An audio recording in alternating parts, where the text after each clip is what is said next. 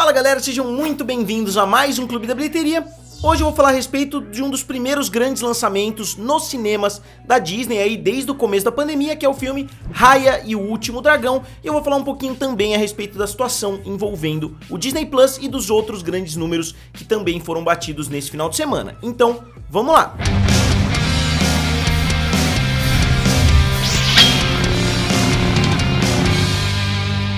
Pessoal, se vocês ainda não são inscritos aqui no canal Triple F, se inscrevam. Muitas pessoas que acompanham os vídeos ainda não se inscreveram e tá rolando a Semana do Consumidor lá na Amazon. Se vocês ainda não deram uma olhada, deem uma olhada, tem muita coisa em promoção, vários produtos eletrônicos. Eu vou deixar o link de alguns itens aqui abaixo para vocês darem uma olhada. Se vocês comprarem, vocês não pagam um centavo a mais por isso e vocês ajudam bastante o canal Triple F. Então vamos lá, entrando de cabeça nos números, o filme Raya e o Último Dragão estreou abaixo do esperado. As expectativas eram de que o filme fizesse um pouquinho mais, mas o filme abriu com 8,502 milhões de dólares, que não é um volume muito grande, perdeu feio pro Tom e Jerry da semana passada, e na verdade o filme ficou próximo do Tom e Jerry no segundo final de semana do filme do Tom e Jerry, né, da dupla aí, que é muito famosa, que foi lançada pela Warner. E como eu falei, foi um dos primeiros filmes da Disney que foram lançados aí nos cinemas, né, que tiveram um grande lançamento, só que a Disney não deu muitas condições boas para os cinemas, a Disney não quis negociar os valores como a Warner fez, como a Universal fez,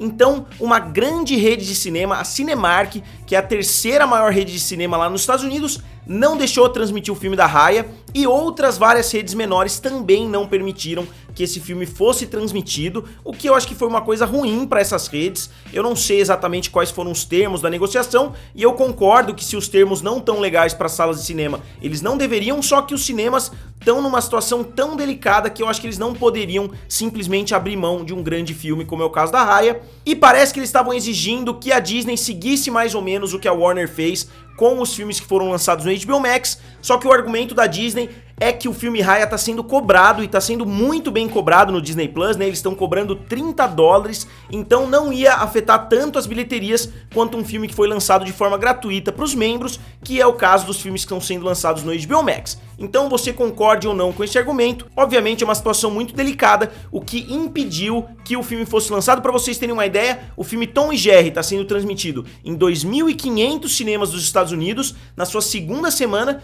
enquanto o filme Raya está sendo transmitido em somente 2.000 salas, então está sendo transmitido em 500 salas a menos do que um filme que já tinha estreado no final de semana passado. Então isso limitou bastante o alcance do filme, mas mesmo assim, considerando a pandemia, não foi um valor tão baixo assim, ainda mais se a gente considerar as aberturas dos outros filmes da Disney e a gente comparar com as aberturas que tem rolado aí no decorrer da pandemia. E eu separei aqui para mostrar para vocês o valor da abertura dos últimos 5 filmes da Disney originais que foram lançados principalmente na década de 2010, né? De 2010 até o lançamento de Moana em 2016. Então a gente viu o filme Detona Ralph abrindo com 49 milhões de dólares. Depois a gente viu o filme Frozen abrindo com 93 milhões, e o filme Frozen abriu num feriado, então é compreensível que ele tenha tido uma abertura muito maior, mesmo que ele tenha tido pernas muito boas também.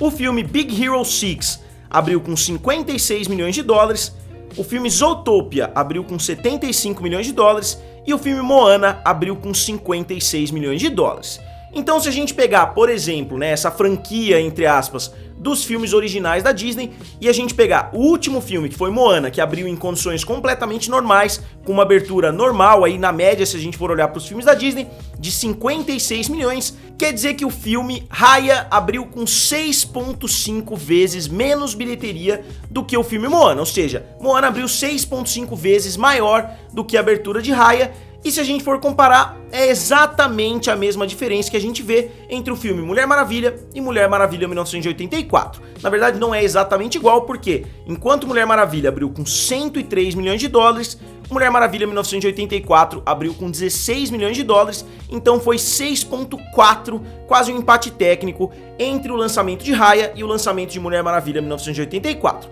Então os dois acabaram ficando mais ou menos no mesmo patamar de 6,5 vezes menos. E o filme aqui eu coloquei só por medida de comparação, o filme dos Croods, que tinha aberto com 43 milhões, caiu para 9 milhões de dólares, então ele caiu 4,7 vezes. Então o filme dos Croods teve uma performance muito superior à dos outros dois se a gente comparar com os seus antecessores. Só que o ponto mais negativo para a Mulher Maravilha é que Mulher Maravilha 1984 é uma sequência direta, então ele deveria ter feito um pouquinho mais de dinheiro na abertura, ainda mais considerando que os filmes da DC têm aberturas sensacionais, a grande maioria deles acima dos 100 milhões de dólares, como é o caso de Batman vs Superman, como é o caso, se eu não me engano, de Homem de Aço, como é o caso inclusive de Esquadrão Suicida. Então o filme ter caído da faixa dos 100 milhões para a faixa dos 16 também foi um resultado muito ruim, considerando que ele é uma sequência, o que não é o caso de Raya, que está tentando criar o seu próprio público. E outro ponto que é bem interessante a gente frisar é que o Disney Plus tem muito mais inscritos hoje do que o próprio HBO Max, então muito mais pessoas podem ter deixado de assistir nos cinemas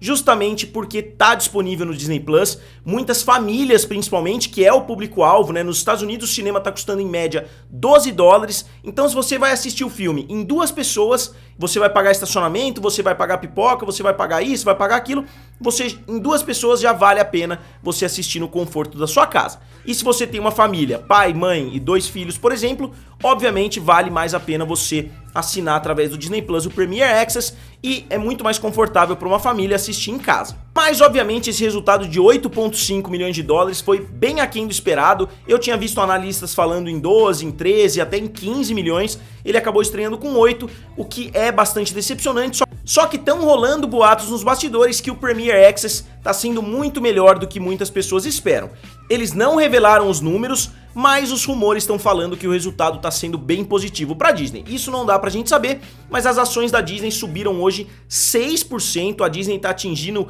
quase 400 bilhões de dólares de valor de mercado e um dos motivos é justamente o lançamento da Raya no Disney Plus. E aí na segunda posição a gente viu o filme Tom e Jerry, que teve uma estreia sensacional no final de semana passado, né, considerando esses tempos de pandemia. O filme fez mais 6,600 milhões de dólares, teve uma queda relativamente acentuada de 53%, mas está tendo uma performance muito positiva em território americano, e o filme chega em território americano até agora a 23 milhões de dólares e internacionalmente ele atinge 57 milhões de dólares, considerando que não foi um filme tão caro assim, considerando que ele já está sendo transmitido no HBO Max e considerando principalmente que Tom e Jerry é uma marca global que provavelmente vai atingir o mundo todo através do HBO Max, muitas pessoas vão estar interessadas em assistir o filme do Tom e Jerry. Eu acho que esse filme vai acabar sendo lucrativo para Warner. E a gente vê a chegada de um novo filme pela primeira vez em 2021. A gente viu 3 novos filmes chegando no top 5. Então a gente vê o filme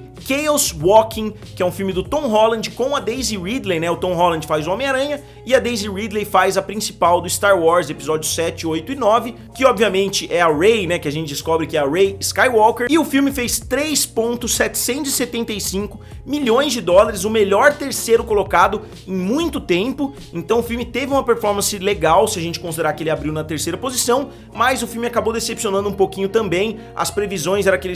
ele fizesse na faixa de 8 ou 6 milhões, mais ou menos nessa casa, e o filme acabou fazendo bem menos do que isso. E o filme da Lionsgate, para vocês terem uma ideia de como o filme Raya foi, entre aspas, sabotado, né, porque a Disney não quis cumprir com as mesmas condições que a Warner, o filme Chaos Walking acabou abrindo praticamente no mesmo número de cinemas que o filme Raya e teve uma abertura quase que 1/3 do valor. E na quarta posição ficou o filme da Focus Feature Boogie, que abriu com 1,200 milhão de dólares, e eu sinceramente não ouvi falar muito a respeito desse filme. Eu vou dar uma pesquisada pros próximos clubes da bilheteria. Continuando ainda, o filme que eu me cansei de falar já, no seu 15º final de semana ficou o filme dos Croods, que fez mais 788 mil dólares, caindo somente 37%, o filme continua tendo quedas relativamente baixas, continua ali próximo da casa de 1 milhão de dólares, e o filme chega hoje a 53 milhões de dólares. Eu acho que o filme vai acabar chegando a casa dos 55, porque não tem como ele continuar mais muitas semanas aí no top 5,